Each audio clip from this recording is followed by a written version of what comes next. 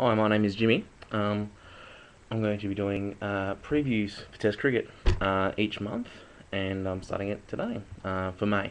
So, two series come up in May. The first of which is Pakistan and the West Indies in the West Indies. Not the most glamorous of series, being that both teams have been fairly gutted recently. Pakistan fairly famously through Muhammad Asif, obviously, and Muhammad Amir and Salman Butt, all for corruption charges, which have been covered fairly extensively. Um, Pakistan have probably not fielded more talent than pretty much anyone over the last 5 to 10 years, particularly in the fast bowling stocks. Obviously, Shoaib Akhtar for steroids and hitting people with bats. Shabir Ahmed for throwing is another example. Numerous injuries. Mohammad Sami's complete drop off in form. And now, Mohammad Asif was probably, second only to Dale Steyn in terms of fast bowling in the world. And Mohammad Amir was probably the best young prospect in the world, either batting or bowling. But anyway, that's in the past now. And Pakistan have moved on really, really positively. They drew against South Africa, which was a surprise in the UAE. Drew two tests there, and then went and won in New Zealand, which would have been a shock. And New Zealand, obviously not the best team, particularly in the batting card, but still playing at home against a team more or less of no names in Yunus Khan, really, and Misbah ul-Haq, who's captaining the team. But not a lot of players there that are household names. And they'll take that similar squad to the West Indies. One player who has been playing particularly well in this sort of run for Pakistan has been Umar Gul. Umar Gul actually took 13 wickets in New Zealand at 20. He seems to be the last surviving fast bowler with some self-respect in Pakistan, and he's bowling really well. He's a very solid bowler, obviously. He's more of an old ball bowler than anyone you can expect to really get some penetration through. But his reliability in terms of taking wickets is going to be a valuable asset to Pakistan, particularly considering they're taking a lot of inexperienced players. Second, obviously, will probably be Abdur Rahman, with the old ball as well. So because of that focus in Pakistan, it seems to be anyway, in the sort of new Pakistan of having an old ball focused attack, really the West Indies are going to need some production from the top of the order. On the batting side of things for Pakistan, obviously Umar Akmal, who's 21 years old, is going to be incredible player, or looks to be an incredible player. Certainly got a huge stroke range, incredibly undisciplined player, doesn't really know how to build innings. Kind of player you can see getting a lot of scores without really making centuries. But obviously a dangerous player, and in this kind of series where he won't be necessarily facing a hellacious bowling attack, he's really got a chance to make a real impact and take that next step in his development. He'll be a player to watch. The opening pair has been surprisingly good for Pakistan. It might surprise you to know, particularly when you hear that Salman Butt was one of the players suspended. But Tawfiq Umar has been tremendous, as has Mohammad Hafiz. And they've actually, you look at Pakistan's results in those four tests I mentioned, South Africa and New Zealand, and there's not really a poor batting performance amongst them, which is remarkable because even at full strength we knew that Pakistan were capable of fairly regular implosions. So Pakistan, that's Pakistan. The West Indies have famously sort of gutted their team. They've taken out Gale and Sarwan and Shandapur. Sarwan apparently not a strong enough commitment to fitness, and we do know that he's missed a lot of tests in the last 3 or 4 years, so he's out. Chris Gale, look, there's been a number of industrial disputes between Chris Gale and the West Indies Cricket Board, and indeed the senior players in general on the West Indies Cricket Board. And I think that probably has played into it. The official word is, look, we're looking for a clean slate. It sort of hasn't worked. Time to move on.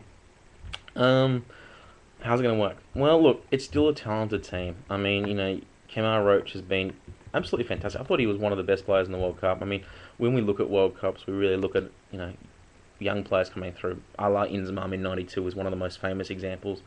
And I thought Kemar Roach was probably that guy, in all honesty. He had a tremendous World Cup. And prior to that, West Indies been playing some good teams. They went to Sri Lanka to play and drew that series, a three-test series. And they drew all three, which was surprising, particularly on the road. And then they played South Africa and were less successful there. That was at home. They lost 2-0 in 3 tests. But Kemar Roach has been excellent. 15 wickets at 21.73 in his last 3 tests. 15 wickets against those kind of batting cards. You're probably talking about number 2 and number 3 batting cards in the world in South Africa and Sri Lanka. Really does demand some attention.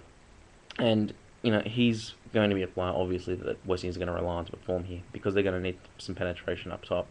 And he's quick, got an excellent short ball, and developing his seam movement as well. Long way to go, but it's sort of emblematic of this series that we could really be looking at a number of players that in 7 years' time could be superstars. Guys like Umar Marlon, Kemar Roach, and another one is Darren Bravo, which we hear a lot of hype about. Was massively hyped in the World Cup. Made a bright start to his career. That tour of Sri Lanka that I mentioned. Darren Bravo averaged 68 in that series, 68.66. Scored in 3 out of 4 innings. Yet to make his first century, but a real bright talent. Left-hander, they can put at number 3 in the card. They'll pair him, presumably at number 4, with Marlon Samuels, which is a bit of a blast from the past. And we talk about Mohammad Asif and Mohammad Amir. Well, Marlon had his own corruption issues for that for 2 years, I believe. Had an amazing season in the West Indies domestic season, what used to be known as Red Stripe Cup. Scored 853 runs in the West Indies domestic competition last year, 65.61. That was 220 more runs than the next highest run scorer in that competition. He's 30 years old now. He actually declined the opportunity to play in the World Cup, saying he wanted to focus on his Test cricket, or his 4-day cricket, as he put it at the time, the first-class competition. And look, he looked great. You can't say he didn't look great when he came out here. An excellent selection of drives. Looked like an amazing player of slow bowling. It obviously remains to be seen. These reclamation projects, Matthew Sinclair, for instance, New Zealand didn't go quite so well. Samuels has been out of the game in terms of Test level for quite some time. But obviously those numbers are, encouraging. So you got Samuels and Bravo, number 3 and 4. Brendan Nash will still be down in the card. I'm a bit of a Brendan Nash fan. He's very solid. He's very dependable. He's hopefully the kind of fireman the West Indies are looking for down the order to try and put out, any issues that may pop up in terms of collapses, and they will, and that will be an interesting litmus test there too. But you look at Samuels and Darren Bravo, and Dwayne Bravo will still be present. He's sort of a spiritual core of the side. He's got his problems as well in terms of his effectiveness, but and if you look at the numbers, they're not good. But certainly a guy, if he focuses on his batting, which seems to be the direction the West Indies want to go with him, is to really make him sort of a number 5 bat.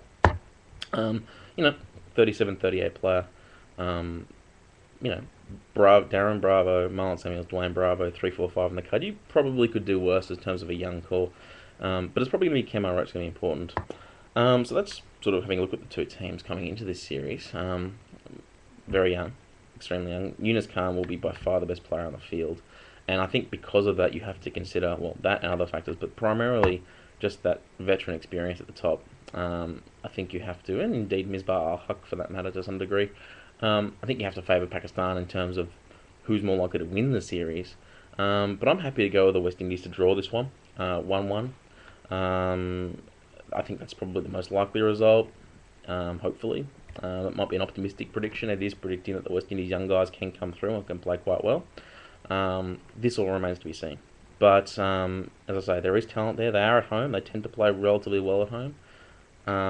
Pakistan's results recently seem a little bit too good to be true. They're also very young, and there's also not a lot of players there that you can really knock in the bank as guys you can rely upon. So let's say 1-1, but I would be very surprised if the West Indies won this series outright. That would be a bit of a shock to me. I think if anyone's going to win it outright, it's more likely to be the Pakistanis. And if they do so, that's a really strong, 9 months now following the scandal in England. So, speaking of England, the next video which I'll be putting out will be in respect to England and Sri Lanka, which is a bit of a curtain raiser out there in Britain. So, thanks very much for watching.